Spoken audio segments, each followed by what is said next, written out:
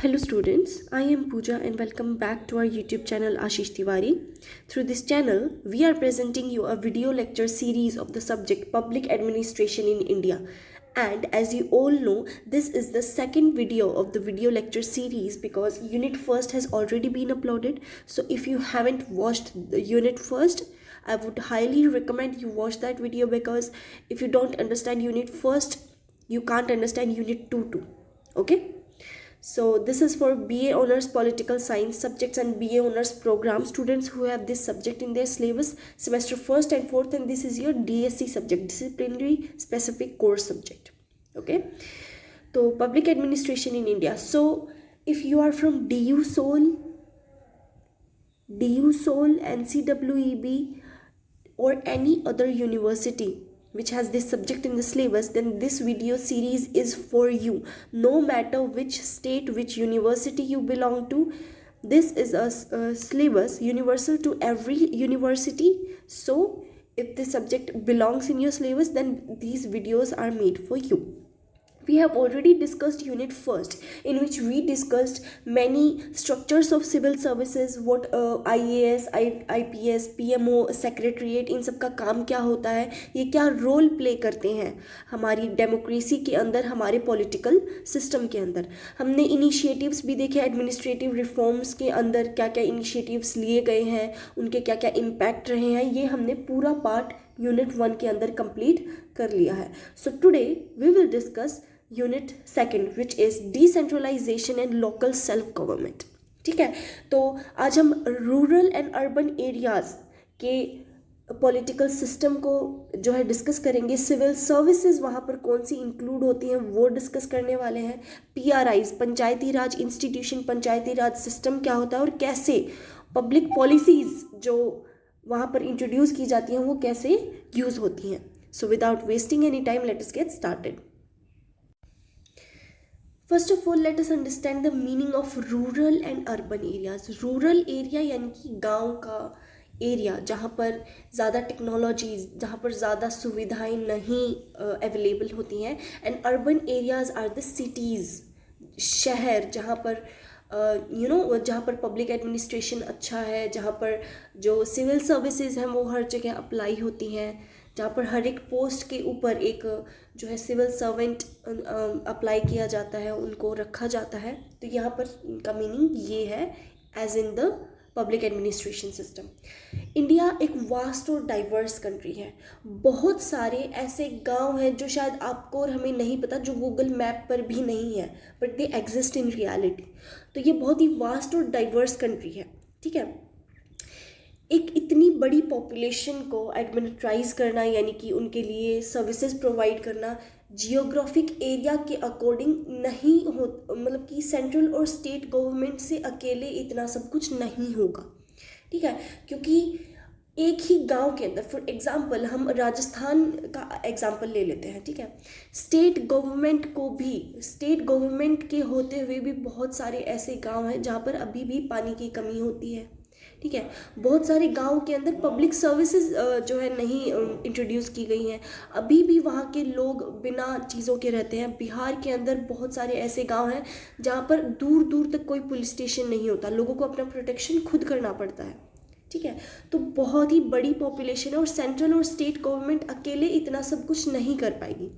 इसीलिए उन एरियाज़ के अंदर डिसीजन मेकिंग करने के लिए लोगों के पास रहने वाला कोई ऐसा इंसान जो गवर्नमेंट के अंदर भी इन्वॉल्व हो और लोगों की मदद भी कर सके, उसके लिए एक नया decentralisation and local self government system बनाया गया. ठीक है, डिसेंट्रलाइजेशन का यहाँ पे मतलब है मतलब कि पूरी जगह का कोई एक लीडर नहीं है. ठीक है, groups of people are divided and they have one certain leader through which they can communicate with each other. ठीक है, और लोकल सेल्फ गवर्नमेंट. अब लोकल सेल्फ गवर्नमेंट के अंदर क्या क्या इंक्लूड होता है वो हम आगे पढ़ेंगे. Concept of decentralisation means transferring power, authority, decision making from higher to lower levels. यानी कि एक बड़ी पावर, अथॉरिटी को अलग अलग पार्ट्स में डिस्ट्रीब्यूट करना ताकि जो है हायर लेवल से लोअर लेवल तक जो पावर है वो डिस्ट्रीब्यूट हो सके एंड लोगों के लिए आसान हो to communicate with the government. ठीक है, इन अदर वर्ड्स पहले आती है सेंट्रल गवर्नमेंट। सेंट्रल गवर्नमेंट वो गवर्नमेंट जो पूरे इंडिया की एक लौती गवर्नमेंट होती है, जो पूरे इंडिया के को कवर करती है। स्टेट गवर्नमेंट होती है जो एक स्टेट को कवर करती है। अब स्टेट्स के अंदर बहुत सारे डिस्ट्रिक्ट्स होते हैं, तो एक डिस्ट्रिक्ट गवर्नमेंट बनाई गई है। अब डिस्ट्रिक्ट के अंदर भी बहुत सारे गांव होते हैं, और गांव के अलावा मतलब छोटे मोटे ऐसे एरियाज़ होते हैं जहाँ जो ना तो शहर होते हैं ना गांव होते हैं, तो उनके लिए पंचायत और म्यूनिसिपलिटी बनाई गई है। ठीक है, तो ये it is an extension of democracy because people participate directly in governance. ये जितने भी हमारे लेवल्स हैं ये सभी गवर्नमेंट के अंदर आते हैं। ठीक है, तो ये हमारी डेमोक्रेसी का एक एक्सटेंशन है, ताकि लोग, छोटे से छोटे एरिया के लोग भी हमारी गवर्नेंस के अंदर पार्टिसिपेट कर सकें, वो डेमोक्रेसी फील कर सकें। Importance of decentralisation, public participation, लोगों का डिसीजन मेकिंग के अंदर इंक्लूड होना बहुत ज़्यादा ज़रूरी होता है, उनके खुद के डेवलपमेंट के लिए भी और अपने आसपास के एरिया के डेवलपमेंट के लिए भी। अकाउंटेबिलिटी, जो हमारे लोकल रिप्रेजेंटेटिव्स होते हैं वो आंसरेबल होते हैं पीपल को। गांव में अगर कोई भी प्रॉब्लम हो गई तो सबसे पहले सरपंच को बुलाया जाएगा। अगर उस डिसीजन के दौरान अगर कोई भी प्रॉब्लम खड़ी होती है तो आगे जो भी कोर्ट में केस होगा उसके अंदर सरपंच को बुलाया जाएगा कि भी ये प्रॉब्लम चल रही थी, आपने इसके लिए क्या किया, और अगर ऐसा कुछ किया है तो आपने ऐसा क्यों किया। ठीक है, तो वो अकाउंटेबिलिटी एक लीडर को लेनी पड़ती है। एफिशिएंसी, लोकल प्रॉब्लम्स जल्दी सॉल्व हो जाती हैं। ठीक है, अब छोटी छोटी बातों के लिए हर कोई सुप्रीम कोर्ट में केस करने लग गया, वैसे तो करते भी हैं अभी भी, लेकिन अगर हर छोटी बात के लिए करने लग गए तो वैसे तो बहुत ही केस पड़े हैं, फिर तो हमारा लॉ बिल्कुल नीचे ही आ जाएगा।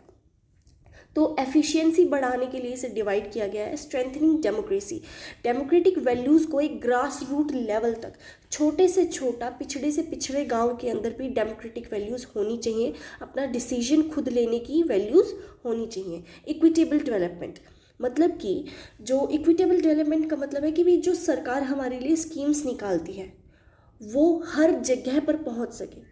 ठीक है, हर इंसान के पास जो शायद नहीं शहर जाता है, जो शायद अपने गांव से भी नहीं निकलता है, उसके पास भी ऐसी फैसिलिटीज़ अवेलेबल हो, उसके लिए इक्विटेबल डेवलपमेंट को किया गया। जैसे आपका पोस्टल सिस्टम है, पोस्ट ऑफिस मतलब कि लगभग हर गांव में है, बहुत ही कम ऐसे गांव हैं जहाँ पर पोस्टल सिस्टम ना हो, अदरवाइज पोस्ट ऑफिसेज हर एक गांव के अंदर अवेलेबल है, और वहीं से बहुत सारी स्कीम्स इंट्रोड्यूस होती हैं ताकि हर एक पर्सन वहाँ से बेनिफिट कर सके।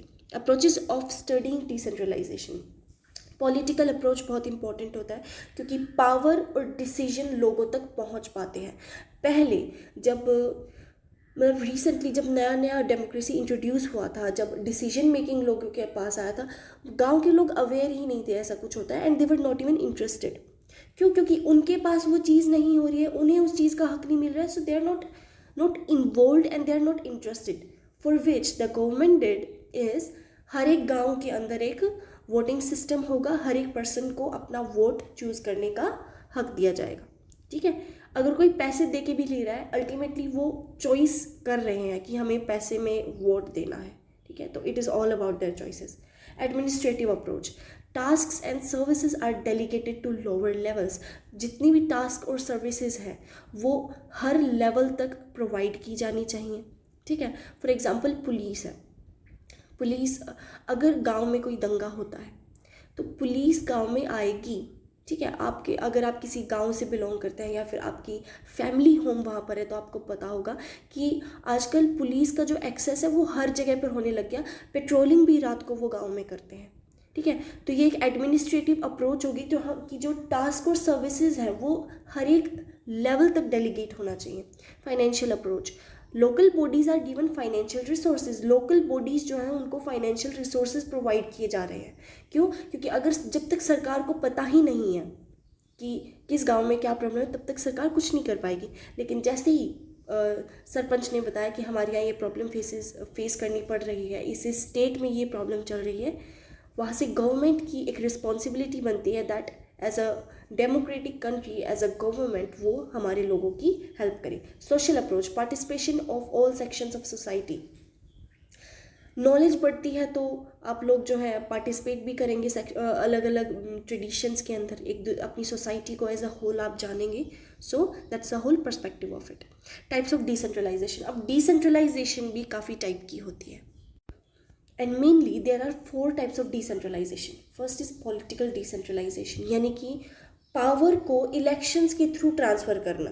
ठीक है, जैसे पंचायत के इलेक्शंस अलग होते हैं, जो हमारा एमएलए होता है उनके इलेक्शंस अलग होते हैं. ठीक है, अगर कोई मान लो कि अगर आपके यहाँ कोई मिनिस्टर बनना चाहता है तो उसके इलेक्शंस अलग होते हैं. तो हर किसी का एक इलेक्शन होता है. एडमिनिस्ट्रेटिव डिसेंट्रलाइजेशन, यानी कि जो डिपार्टमेंट का काम है वो डिस्ट्रिक्ट और ब्लॉक्स के अंदर डिवाइड करना, कि भाई इस डिपार्टमेंट का ये काम है और इसे यही करना है. तो वो जो हमारा एडमिनिस्ट्रेटिव पेपर वर्क होता है गवर्नमेंट का, उसे डिवाइड करना. फाइनेंशियल डिसेंट्रलाइजेशन, लोकल इंस्टीट्यूशंस को are given taxation and grant powers. Local institutions, यहाँ पर प्राइवेट सेक्टर्स को भी हम इंक्लूड कर सकते हैं, उनको टैक्सेशन और पावर ग्रांट की जाती है कि आप इस चीज़ को संभालो. फॉर एग्जांपल इलेक्ट्रिसिटी पहले गवर्नमेंट हैंडल करती थी, लेकिन नाउ इलेक्ट्रिसिटी को जो हमारा सप्लाई होता है ऑल ओवर, उसे एक प्राइवेट कंपनी को दे दिया गया है. ठीक है, अब स्ट्रिक्ट चेकिंग होती है and every person has to pay the bill और either their electricity gets cut off. ठीक है. Economic decentralization, implementation of development plans at local level. Local level तक भी एक अच्छे से डेवलपमेंटल प्लान पहुंचना चाहिए. गांव के अंदर सड़कें बनने लगी हैं. ठीक है, हर एक रास्ते को प्रॉपर रोड बनाया गया है. तो ये एक फ़ायदा है इकोनॉमिक डिसेंट्रलाइजेशन का, प्रॉपर डिसेंट्रलाइजेशन का. 73rd और 74th कॉन्स्टिट्यूशनल अमेंडमेंट 1992 के अंदर जिसे इंट्रोड्यूस किया गया, वहाँ पर पंचायत और म्यूनिसिपलिटीज़ को एक कॉन्स्टिट्यूशनल स्टेटस दिया गया कि ये भी एक पावर अपहोल्ड करते हैं, इनके पास भी डिसीजन मेकिंग पावर है, इनके भी कुछ राइट्स है. ये 73rd, ये बात आपको याद रखनी है. 73rd and 74th amendment of constitutional amendment, इसके अंदर ये इंट्रोड्यूस किया गया है 1992 के अंदर. ठीक है. 73rd अमेंडमेंट क्या कहता है? रूरल लोकल सेल्फ गवर्नमेंट, पंचायती राज 73rd अमेंडमेंट के अंदर आता है. ठीक है, कि भाई जो पंचायत है, जो सरपंच होते हैं, उनके पास एक प्रॉपर राइट है, उनके लोकल एरिया के अंदर जहाँ पर उनके पास पावर है, उनको पूरा राइट है डिसीजन मेकिंग का. 74th अमेंडमेंट क्या कहता है कि अर्बन लोकल सेल्फ गवर्नमेंट, यानी कि म्यूनिसिपल सिस्टम, उनके पास आते हैं अर्बन एरियाज़. जितने भी अर्बन एरियाज़ हैं उनके अंदर उनके पास है डिसीजन मेकिंग पावर उनकी. ठीक है. प्रोविजंस के अंदर क्या क्या इंक्लूड करते हैं? रेगुलर इलेक्शंस, हर 5 साल इलेक्शन कंडक्ट किए जाएंगे. वुमेन, SC ST और OBC के लिए अलग से रिजर्वेशन रखा जाना चाहिए. फाइनेंशियल पावर्स का आपके पास फाइनेंशियल पावर भी रहेगी. State finance commission and election commission उसके अंदर इंक्लूड होगा. ठीक है. रूरल लोकल सेल्फ गवर्नमेंट, अब रूरल लोकल सेल्फ गवर्नमेंट के अंदर आता है पंचायती राज सिस्टम, जिसके 3 लेवल होते हैं. ठीक है. ग्राम पंचायत, पंचायत समिति और जिला परिषद. ठीक है. तो सबसे पहले ग्राम पंचायत, यानी कि गांव की जो पंचायत है उसके अंदर कोई काम हो. एक पंचायत समिति, पंचायत समिति का मतलब है कि आसपास के गांव के सभी जो सरपंच हैं वो मिलके कुछ अपना डिसीजन ले सभी के लिए. और एक जिला परिषद, यानी कि उस जिले के अंदर डिस्ट्रिक्ट इंक्लूडेड, वहाँ पर सभी गाँव को लेकर एक ज़िला बनता है. उसका एक वो मतलब प्रॉपर वो होता है, लीडर होता है जो उन सबको सरपंच को हैंडल करता है. अब महात्मा गांधी ने ग्राम स्वराज, जहाँ पर महात्मा गांधी जी ने ग्राम स्वराज, एक एनविजन उनका था कि विलेज जो है वो खुद पे रूल किया जाए. ठीक है. अगर विलेज को कोई थर्ड पार्टी रूल कर रही है तो वो अपने हिसाब से चलाएंगे, लेकिन अगर एक विलेज खुद के हिसाब से चलता है तो वो खुद के डिसीजंस खुद ले सकता है और वहाँ से सबका डेवलपमेंट भी हो सकता है. फंक्शंस क्या होते हैं? रूरल डेवलपमेंट की भी गांव के अंदर रूरल मतलब डेवलपमेंट होना चाहिए. सबको water, roads, proper security, health वाली चीज़ें, पोलियो, ये सब चीज़ें हर किसी के पास अवेलेबल होनी चाहिए. Water, education, health, roads and employment. Urban local self government, अब अर्बन लोकल सेल्फ गवर्नमेंट में आता है हमारा म्यूनिसिपल सिस्टम. ठीक है. नगर पंचायत होती है, शहर के अंदर जितने भी स्मॉल टाउन्स होते हैं उसके नगर पंचायत होती है. ठीक है. Then it is municipality, medium towns जो होते हैं. ठीक है. And that is municipal corporation, जो हमारी लार्ज सिटीज़ होती हैं उनका म्यूनिसिपल कॉरपोरेशन होता है. ठीक है। फंक्शंस, पानी का supply, sanitation, roads, transport, electricity, urban development, साफ सफाई करना, ये सब इनके अंदर आता है। Slum development and urban planning, slums को हटा के वहाँ पर अर्बन प्लानिंग की जानी चाहिए, ठीक है। कंक्लूजन यहाँ पर आता है कि डिसेंट्रलाइजेशन, पावर का जो डिस्ट्रीब्यूशन है वो हमारी डेमोक्रेसी को एक डीपर लेवल पर लेके जाता है। लोग अपने डिसीजंस खुद ले सकते हैं पूरी ज़िंदगी। पंचायत और म्यूनिसिपैलिटी सिस्टम ने हमारी डेमोक्रेसी को, इंडिया की डेमोक्रेसी को बहुत ही ज़्यादा स्ट्रेंथन किया है, जड़ों तक मजबूत किया है। और चैलेंजेस रिमेन, चैलेंजेस आज भी बहुत है, फाइनेंशियल कंस्ट्रेंट्स है, इतना ज़्यादा, अभी भी हम कितना भी कोशिश कर लें लेकिन अभी भी बहुत सारी ऐसी जगह है जहाँ पर प्रॉपर सर्विसेज नहीं प्रोवाइड है। एंड मतलब मोर देन 25% अभी भी ऐसे एरियाज़ रहते हैं जहाँ पर प्रॉपर सर्विसेज नहीं प्रोवाइडेड होती हैं। तो वो एक बहुत बड़ा बैकलैश है। करप्शन सबसे बड़ा बैकलैश है।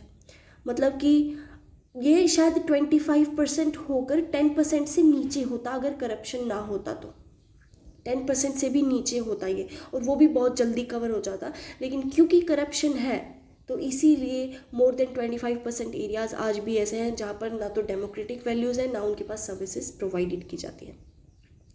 पॉलिटिकल इंटरफेरेंस बहुत ज़्यादा है। हर 5 साल लीडर चेंज होता है, तो क्या पता पिछले लीडर ने जो प्रोजेक्ट अलाउ किया हो वो अब का लीडर आके मना कर दे कि इसकी कोई ज़रूरत नहीं है। तो वो एक बहुत बड़ा बैकलैश है, ठीक है। और इसको जो है एड्रेस किया जाना चाहिए, क्योंकि अल्टीमेटली ये लोगों की डेवलपमेंट की बात है। It is not about any political party और any rivalry between political parties.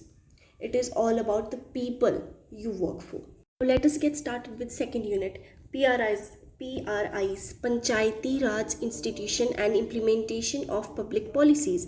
यहाँ पर हम सीखेंगे कि पब्लिक पॉलिसीज़ को पंचायत तक यानी कि गांव तक पहुँचाया कैसे जाता है, वो प्रोसेस क्या रहता है, एंड क्या क्या वहाँ पर जो है राइट्स चाहिए होते हैं। In a democratic system it is not enough to merely formulate policies. सिर्फ पॉलिसीज़ बनाना ही काफ़ी नहीं होता, बल्कि उनका सही तरीके से मतलब कि उनको लगाया जाए, उनका इक्वली यूज़ किया जाए, वो सबसे ज़रूरी चीज़ है।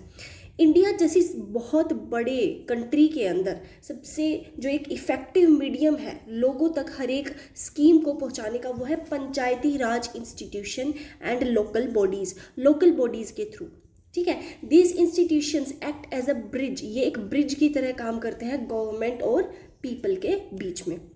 Importance of understanding the policy process in India, policy process को समझने का एक बहुत ही इम्पॉर्टेंट एक हिरार्की होता है। India is full of diversity. India के अंदर बहुत ज़्यादा डाइवर्स रीजन है, कंट्रीज़ मतलब कि बहुत अलग अलग रीजन्स हैं, लैंग्वेजेस अलग है, कम्युनिटीज़ अलग है, और पॉलिसी प्रोसेस भी काफ़ी ज़्यादा कॉम्प्लेक्स हो जाता है वहाँ पर, ठीक है। Understanding the policy processes helps in, अब अगर हम first is understanding how decisions are made. अगर हम ये समझ लें कि जो पॉलिसी प्रोसेस है वो बनता कैसे है, तो हम जो है मदद कर सकते हैं गवर्नमेंट की, कैसे पॉलिसीज़ को खुद से अगर हम जाके सर्च करने लगे तो गवर्नमेंट को इतना पैसा एक स्कीम को एडवर्टाइज़ करने में ना लगे, ठीक है। सबसे पहले अगर हम समझ लें कि कैसे डिसीजंस बनाए जाते हैं, सिटीजन पार्टिसिपेशन सबसे ज़्यादा होना बहुत ज़्यादा ज़रूरी है, and ensuring administrative transparency and accountability, ठीक है। अब पॉलिसीज़ काफ़ी तरह की होती हैं। सबसे पहली है distributive policy. Mainly there are 4 types of policies, mainly 4 तरह की पॉलिसीज़ होती हैं, ठीक है। And the first is distributive policy, allocation of resources and facilities को, रिसोर्सेज को एलोकेट करना, हर जगह पर उनकी अवेलेबिलिटी होना, एजुकेशन और हेल्थ स्कीम्स का। Regulatory policy for control and regulation, control के लिए और रेगुलेशन के लिए, जैसे आप लॉज लागू करना, ठीक है। Redistributive policy, transfer of resources from rich to poor, अमीर से गरीब लोगों तक रिसोर्सेज का ट्रांसफ़र होना, पॉवर्टी एलिवेशन होना, सब्सिडीज़ को प्रोवाइड करना। Constituent policy, establishment of institution और सिस्टम टू क्रिएट, जैसे इस्टेब्लिशमेंट यानी कि नए सिस्टम को और इंस्टीट्यूशन को बनाना, एग्जाम्पल क्रिएटिंग न्यू कमीशंस और ऑर्गेनाइजेशंस, नई ऑर्गेनाइजेशंस का इंट्रोडक्शन होना उस एरिया के अंदर, ठीक है। अब main institutions and actors in the policy process के अंदर मेन कौन कौन से इंस्टीट्यूशन है जिनका पार्टिसिपेशन बहुत ज़्यादा ज़रूरी होता है। सबसे पहले है हमारा कॉन्स्टिट्यूशनल इंस्टीट्यूशन। भाई कॉन्स्टिट्यूशन तो हर गवर्नमेंट की बॉडी के अंदर बहुत ज़्यादा मेन रोल जो है एक्ट करता है, एक बहुत बड़ा मेन रोल है हमारे कॉन्स्टिट्यूशन का। पार्लियामेंट और स्टेट लेजिस्लेचर उसके अंदर आना चाहिए, पार्लियामेंट और स्टेट लेजिस्लेचर का ओपिनियन होना बहुत ज़्यादा ज़रूरी है। एग्जीक्यूटिव, हमारे cabinet members, ministers, prime minister, chief minister, इनका भी एक वो होना ज़रूरी है पार्टिसिपेशन। जुडिशरी, अब वो हमारी कॉन्स्टिट्यूशन और लॉज के अकॉर्डिंग वो चीज़ है या नहीं, ये भी हमें रीचेक करना पड़ता है। ब्यूरोक्रेसी और सिविल सर्विसेज, ये एक बहुत बड़ा रोल प्ले करते हैं पॉलिसी को इम्प्लीमेंट करने में। अब तक ये क्या कर रहे थे, इनका पार्टिसिपेशन होना ज़रूरी था अप्रूवल के लिए, लेकिन ब्यूरोक्रेसी और सिविल सर्विसेज का मेन रोल है इम्प्लीमेंट करना पॉलिसीज़ को। लोकल बॉडीज़, PRI, पंचायती राज इंस्टीट्यूशन और ULB, ठीक है। तो इम्प्लीमेंटेशन ऑफ स्कीम्स, अब स्कीम्स यहाँ तक लोकल बॉडीज़ तक पहुँचेगी तो इनका काम है हर एक पर्सन तक वो स्कीम्स पहुँचाना। अदर एक्टर्स कौन से होते हैं, political parties, media, NGOs, pressure group, citizens, ये बहुत बड़ा मेन रोल प्रेजेंट करते हैं। Role of different institutions in policy making, किन किन इंस्टीट्यूशंस का क्या रोल है वो हम डिस्कस करेंगे। पार्लियामेंट क्या रोल अप्रूव करती है, पार्लियामेंट का काम है कि भाई आप लॉ और पॉलिसीज़ को अप्रूव कर दो, बाकी हम संभाल लेंगे, ठीक है। एग्जीक्यूटिव क्या करता है, ये इम्प्लीमेंट करता है पॉलिसीज़ को और प्रपोज करता है कि भाई इसे अप्रूवल लेना है और इसे इम्प्लीमेंट करना है पॉलिसीज़ को। ब्यूरोक्रेसी का काम होता है भाई आप डेटा और एनालिसिस अपनी एरिया का प्रोवाइड कर दो, इतने लोग हैं इसी उससे बिलोंग करते हैं, ठीक है। इम्प्लीमेंटेशन किस तरीके से हो सकता है ये आपको एक प्रॉपर डॉक्यूमेंट प्रोवाइड करना होगा। लोकल सेल्फ गवर्नमेंट का काम है adapt policies to local needs, अब हर एक ज़रूरतमंद तक ये जो एक पॉलिसी है वो पहुँचनी चाहिए। जुडिशरी का काम है प्रिवेंट अनकॉन्स्टिट्यूशनल पॉलिसीज़, कोई भी अगर एक ऐसी पॉलिसी जो लोगों के हित में ना हो तो उसे हटाने का काम हमारी जुडिशरी का है। What is a policy cycle, policy cycle होता क्या है, देखो पॉलिसी साइकिल एक ऐसा प्रोसेस होता है जिससे पॉलिसीज़ को बनाया जाता है और इम्प्लीमेंट किया जाता है, ठीक है। अभी ये स्टेजेस होते हैं, इसके 6 स्टेजेस होते हैं। प्रॉब्लम आइडेंटिफिकेशन, भाई पहले दिक्कत पता करो कि भाई किस एरिया में सबसे ज़्यादा एक स्टेट के अंदर क्या दिक्कत आ रही है। एजेंडा सेट करो, उसे प्रायोरिटी बनाओ कि अब ये प्रायोरिटी है, इस साल ये चीज़ तो हमें ख़त्म करनी ही करनी है। पॉलिसी बनाओ, ठीक है। पॉलिसी अडोप्शन, अब पॉलिसी अडोप्ट करो, उसका अप्रूवल लो पॉलिसी का, फिर उसको अडेप्ट कर, मतलब कि हर जगह पे लाने का एक आपको प्रॉपर सिस्टम करना चाहिए। इम्प्लीमेंटेशन, अब आ चुकी है पॉलिसी, इंट्रोड्यूस हो चुकी है, अप्रूवल सब कुछ हो चुका है, तो उसे इम्प्लीमेंट कैसे करना है। एंड 6 इज़ द इवैल्यूएशन, ठीक है। इवैल्यूएशन का यहाँ पर देखो मतलब समझते हैं, इवैल्यूएशन का यहाँ पर एक मीनिंग होता है कि जो पॉलिसी जो बनाई गई है उसको सिस्टमैटिकली डिज़ाइन करना, ठीक है, उसे इम्प्लीमेंट करना और पॉलिसीज़ का इम्पैक्ट क्या आ रहा है, लोगों को उसका फ़ायदा हो रहा है कि नहीं हो रहा है, एफिशिएंसी उससे बढ़ रही है कि घट रही है, ये पूरा काम इवैल्यूएशन का होता है कि भाई रिजल्ट कैसा आ रहा है, ठीक है। Understanding policy making, policy making एक पॉलिटिकल और एडमिनिस्ट्रेटिव दोनों का प्रोसेस है। क्यों, क्योंकि एडमिनिस्ट्रेशन का काम है पेपर वर्क कि भाई इसको कैसे अप्लाई किया जाएगा, कितनी नीड हमें पड़ेगी, ये सारी चीज़ें, और पॉलिटिकल का काम होता है उसको अप्रूव करना है या नहीं, ठीक है। इसके अंदर कंट्रीब्यूशन दोनों का रहता है, गवर्नमेंट का भी रहता है, parliament, bureaucracy, interest groups and public, सबका एक बहुत बड़ा इन्वॉल्वमेंट होता है। The process is influenced by democratic values, democratic values से ये हमारा एक डेमोक्रेटिक वैल्यूज़ का क्या मतलब है कि भाई डेमोक्रेसी हर एक पार्ट के अंदर इंक्लूड होती है। अब वो चाहे अप्रूवल से लेके इम्प्लीमेंटेशन तक हो, हर एक जगह हमें गवर्नमेंट अप्रूवल चाहिए होता है। अब वहाँ पे जो रिसोर्सेज चाहिएगी उसके लिए पे तो गवर्नमेंट ही करेगी ना, तो वहाँ पर हर एक जो इन्फ्लुएंशियल काम है वो हमारा डेमोक्रेटिक वैल्यूज़ के थ्रू होता है। पॉलिसी इम्प्लीमेंटेशन सबसे डिफ़िकल्ट काम है और सबसे ज़रूरी भी है क्योंकि ये रियल इम्पैक्ट दिखाता है पॉलिसी का। PRIs और लोकल बॉडीज़ एक बहुत बड़ा रोल प्ले करती हैं एजुकेशन, हेल्थ, रूरल एम्प्लॉयमेंट पे। बेसिक सर्विसेज, पानी और इलेक्ट्रिसिटी और रोड्स का, social justice and women empowerment schemes. Policy evaluation determines whether the policy has been successful, policy successful हुई है या नहीं। It examines how the objectives have achieved, कितना ऑब्जेक्टिव जो ऑब्जेक्टिव हमने डिस्कस किए थे क्या वो अचीव हो रहे हैं या नहीं, ठीक है, वो रिसोर्सेज यूज़ इफ़ेक्टिवली, क्या जो चीज़ें प्रोवाइड की जा रही हैं उनको सही तरीके से यूज़ किया जा रहा है या नहीं, ठीक है, और क्या क्या इम्प्रूवमेंट्स हम कर सकते हैं। Evaluation involves CAG, parliamentary committees, NGOs and media. इनका बहुत बड़ा रोल होता है एक पॉलिसी को इंटरनेशनल मतलब कि नेशनल लेवल तक इंट्रोड्यूस करने का। अब चैलेंजेस क्या क्या आते हैं पॉलिसी मेकिंग पे। डाइवर्सिटी, अब अलग अलग स्टेट, अलग अलग रीजन्स, अलग अलग प्रॉब्लम, और अगर प्रॉब्लम एक है भी तो लैंग्वेज बैरियर है, ठीक है। Poverty and inequality, politics do not reach everyone equally. कितना ही डेमोक्रेटिक किसी भी कंट्री को कह लो, हर एक पर्सन को फेयर ट्रीटमेंट नहीं मिलता है। करप्शन एंड ब्यूरोक्रेटिक कम्प्लेक्सिटी, ठीक है, करप्शन है, कम्प्लेक्सिटी है। अब चेयरमैन है, चेयरमैन का काम ही ये है कि उसे एजुकेशन अच्छे तरीके से प्रोवाइड करना है, और अगर चेयरमैन ही करप्शन कर रहा है तो किसी को क्या ही कह सकते हैं, ठीक है। तो एक बहुत बड़ा कॉम्प्लेक्स है, क्योंकि ब्यूरोक्रेसी के अंदर भी कितने लोग चीट करते हैं, कितने लोग करप्ट हैं, ठीक है। पॉलिटिकल इंटरफेरेंस, पॉलिसीज़ जो है वो कभी कभी वोट बैंक पर्पज़ से भी की जाती हैं, वोट बैंक पर्पज़ के लिए भी की जाती हैं। वो होता है ना कि मिनिस्टर बनने से पहले वो वोट मांगने के लिए आएंगे एंड कहेंगे हम आपको ये देंगे, बाद में कुछ देते नहीं हैं। तो एक बहुत नेगेटिव फैक्टर है।